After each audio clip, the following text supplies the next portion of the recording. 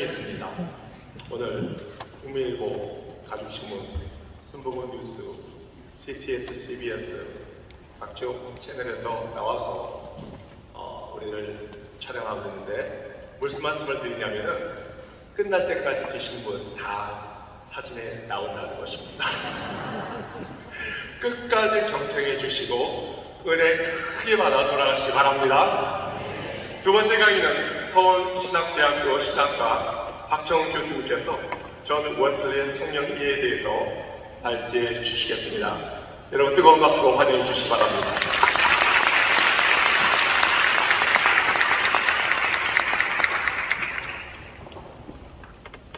제가 이 시간에 여러분과 함께 공부할 내용은 존 웨슬리의 성령 이해입니다. 우리 저희 발제를 맡아주셨던 이혜훈 목사님께서 존 웨슬리에 대해서 잘 요약해 주셨는데 저는 그 부분을 좀 더 자세하게 여러분과 함께 공부하려고 합니다. 우리가 존 웨슬리는 성령의 사람이다, 성령의 사역자다 이런 말씀 많이 들으셨는데 슬라이드를 같이 볼까요?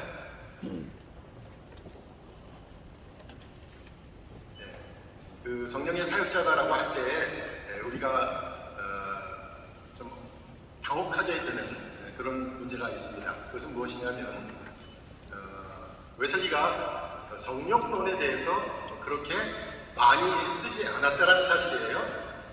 한국의 웨슬리 설교가 150편이 번역이 돼서 한국 웨슬리 학교에서 번역해서 소개했는데 그 150편 설교 중에 3편밖에 성령에 대한 이야기가 없습니다. 성령이라는 이름으로 타이틀이 된 게 성령의 사람이 어떻게 성령론을 이렇게 안 썼지? 이런 이제 의문이 생기죠. 여기에 3편 정도인데 그것 하나가 뭐냐면 성령의 첫 열매라는 설교가 그렇고요. 성령의 증거 1, 2 이렇게 3편밖에는 웨슬리가 성령이라는 이름을 타이틀로 건 설교가 없어요. 150편 가운데 아니 성령의 사람이면 적어도 절반 이상은 성령에 대한 이야기를 했어야 되는데 그런 어려움이 있습니다. 거기에 또 우리에게 충격을 주는 이야기 중에 하나는 이전에 자주 인용되던 성령에 대하여 of the Holy Spirit, 성령에 대하여라는 설교가 웨슬리 설교가 아니에요. 왜냐하면 이게 웨슬리 설교로 알고 많이 인용을 하셨는데 최근에 역사적인 자료를 검토하다가 이 설교가 1736년 런던 이렇게 원본에 써 있는 거예요. 웨슬리는 자기 설교를 거의 글로 쓰고 제일 마지막에 언제 어디서 설교를 했는지를 적는데 이 성령에 대하여라는 설교 맨 밑에다가 런던 1736년 이렇게 쓴 거죠. 1736년에 웨슬리는 영국 런던에 없었습니다. 아까 우리 이영훈 목사님께서 말씀하셨듯이 1735년부터 1738년까지는 미국의 선교사로 나가 있었죠. 그러니 이 설교는 웨슬리 설교가 아닌 거죠. 나중에 알고 보니까 존 예몰드라는 사람의 설교가 설교집을 꾸면서 밑에 끼어들어가가지고 웨슬리 설교집을 옮겼던 거죠. 또 웨슬리 설교로 많이 인용됐던 성령을 근심하게 하는 것에 대하여 라는 설교도 웨슬리 설교가 아니에요. 윌리엄 힐이라는 사람의 설교를 웨슬리가 자주 인용하고 요약해서 했던 설교. 어쨌든 웨슬리 설교는 아닙니다. 그러면 웨슬리가 성령의 사람이 아닌가? 성령을 얘기 안 했는가? 여기에 대해서 우리가 좀 더 진지하게 고민을 해야 되는데 당시 웨슬리의 영국 국교회, 그러니까 성공회의 하나의 신학적인 분위기, 신학적인 운동이 있었는데 그것은 무엇이냐면 교부신학, 우리가 서양 교부신학자들, 서방, 동방 뭐 이렇게 얘기하잖아요. 교부신학자들에 대한 연구가 부흥을 이루고 있었어요. 그걸 패트리스틱 리바이벌이라고 하는데 여기에서 특별히 동방교구들의 저서들을 많이 읽고 탐독했습니다. 웨슬리는 나중에 그 설교자들을 위해서 바로 이 교부신학의 많은 내용들을 기독교 고전이라는 것에 포함시켜서 50권이나 되는 책을 썼습니다. 웨슬리 목사님이 그렇게 많은 전도 여행을 하고 부흥운동을 일으켰지만 또 저술 활동을 꾸준히 했는데 여러분 그 기독교 고전을 50권이나 되는 걸로 썼어요. 지금은 이제 30권으로 요약돼서 우리에게 소개되고 있습니다. 그 이야기는 당시에 교부신학 부흥운동에 상당히 깊이 관여했고 교부들의 총서를 쭉 탐독했던 것이죠. 특별히 여기서 성령이라는 말을 그리스도를 통해 회복된 은혜로운 능력의 이제 조금 줄여서 말하면 능력을 일으키는 은혜, 더 줄여서 말하면 은혜라는 말로 성령을 표현했던 것이죠. 실제로 우리 자신의 영의 증거라는 설교에는 이런 표현이 있습니다. 우리 속에서 활동하셔서 하나님의 기뻐하시는 뜻을 따라 우리에게 의욕을 일으켜 일하게 하시는 저 성령이신 하나님의 능력. 그러니까 성령을 하나님의 능력이라고 분명히 표현했죠. 또 선한 천직이라는 설교에서는 하나님의 은혜, 즉 그분의 성령의 능력입니다. 그것만이 우리 안에서 하나님 보시기에 합당한 모든 사항을 만드는 것입니다. 다시 말해서 분명하게 능력을 일으키는 은혜, 더 줄여서는 은혜라는 말로 성령을 표현했던 것이죠. 이렇게 보면 혹시 그러면 성령을 우리가 잘 알고 있는 삼위일체, 성부, 성자, 성령보다는 좀 이렇게 동등한 것으로 인정하지 않은 것이냐? 그렇지 않아요. 웨슬리가 성령에 대해서 전통적인 이해를 하고 있는데 로마 카톨릭 신자에게 보내는 편지에서 이렇게 성령을 정의하고 있습니다. 나는 무한하고 영원한 성령을 믿습니다. 그분은 아버지와 아들과 동등하시며 자신만 완전히 거룩한 것이 아니라 우리 안에서 모든 성결에 대한 직접적인 원인이 되십니다. 다시 말해 우리의 이해력을 깨우치시고 우리의 의지와 감정을 교정하시며 우리의 본성을 새롭게 하시고 우리의 인격을 그리스도와 연합하게 하시며 우리에게 양자 되었음을 확신시키시고 우리의 행동을 인도하시며 하나님의 충만하고 영원한 기쁨에 이르기까지 우리의 영과 몸을 정화시키시고 성화시키십니다. 분명히 여기서는 웨슬리가 전통적인 성령의 이해를 하고 있다고 말할 수 있습니다. 그럼 결론적으로 다시 말하자면 웨슬리 성령론에 대한 평가를 한마디로 말하면 전통적인 삼위일체에 기초하고 있습니다. 그렇지만 또 넓게는 성령을 능력을 일으키는 은혜라는 말, 더 줄여서는 은혜라는 말로 표현하고 있습니다. 그런데 이것을 파악하기 위해서는 제가 여러분에게 제시했던 것처럼 설교만이 아니라 다양한 저서들, 요즘 역사적인 연구를 통해서 저널, 일기, 여러분 웨슬리가 일기도 쓰고 저널도 썼습니다. 일기는 개인적인 메모고요. 저널은 출판용 글, 일지입니다. 또 편지, 논문들도 자세히 보면 분명하게 웨슬리는 성령론을 활발하게 펼치고 있다. 이렇게 말씀드릴 수 있습니다. 한번 그 다음 볼까요? 성령론의 위치는 우리가 생각할 때 웨슬리는 구원론이 성령에 있어서 구원론을 중심으로 성령론을 펼치고 있죠. 웨슬리 신학 자체가 거의 구원론을 중심으로 펼쳐져 있다고 얘기할 수 있습니다. 왜냐하면 웨슬리가 표준설교라고 해서 8차례에 걸쳐서 계속 발행했던 설교의 주제가 믿음으로 말미암는 구원으로부터 시작해서 구원론에 집중되어 있기 때문입니다. 웨슬리의 구원론은 한마디로 말해서 여러분도 잘 알듯이 중생과 성결, 세컨 블레싱까지 표현하는 중생과 성결 이런 두 개의 기둥으로 설명하는 것이죠. 진정한 그리스도인은 성장하고 성숙하여 그리스도의 장성한 분량에 충만한 상태에 이르기까지의 전 과정이죠. 그러면 이 성령이 하시는 일이 바로 여기서 드러납니다.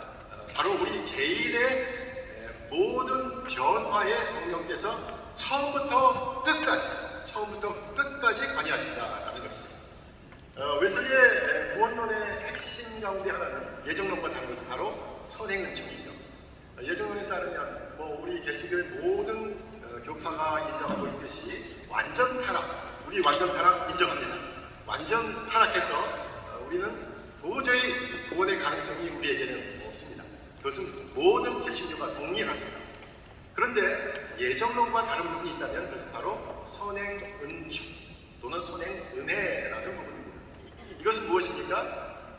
바로 우리가 완전히 타락한 상태지만 완전히 타락한 상태로 있지 않고 하나님의 성령께서 미리 오셔서 우리를 회복시켜 놓으셨다.